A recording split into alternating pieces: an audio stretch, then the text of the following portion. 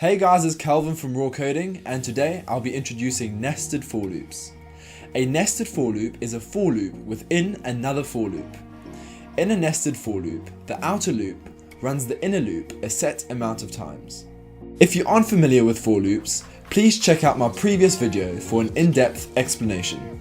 I will now demonstrate how to create a nested for loop in Python. Alright guys, so to start, let's open up idle, which is the Python shell. Once it's opened, let's click File, New File, and now we can start coding.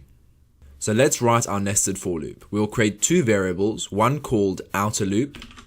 We will give this variable a value of 1, and then we'll create another variable called inner loop.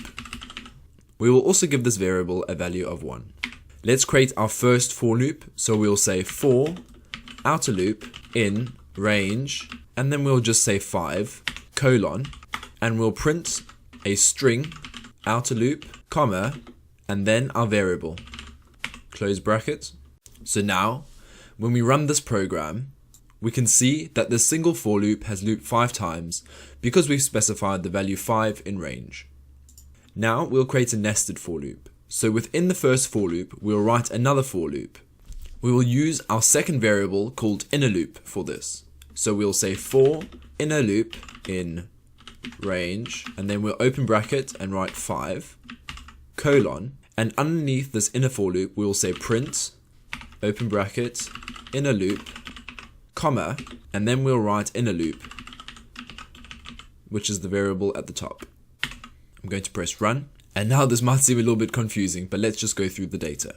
As you can see, on the first loop of the outer for loop, it's printed the value 0. Then it's printed the inner for loop 5 times. It's gone back to the outer for loop and printed the outer for loop for the second time. So now the value will be 1. And it's printed the inner for loop 5 times again. This goes on for 5 whole cycles. So it's printed the outer for loop again for the 3rd time, for the 4th time, and for the 5th time. And every single time the outer for loop has run, it's run the inner for loop. So this is basically how nested for loops work. You can have for loops within for loops within for loops, but obviously, as you can imagine, this takes up a lot of processing.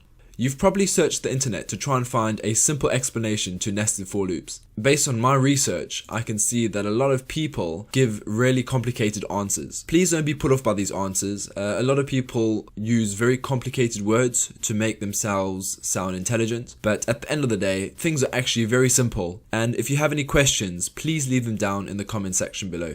This concludes nested for loops. If you would like to see more videos on Python, please do check out my YouTube channel, as I have quite a few videos on there, and I would really appreciate it if you liked and subscribed to my YouTube channel. Thank you so much for watching and have a wonderful day. Bye bye.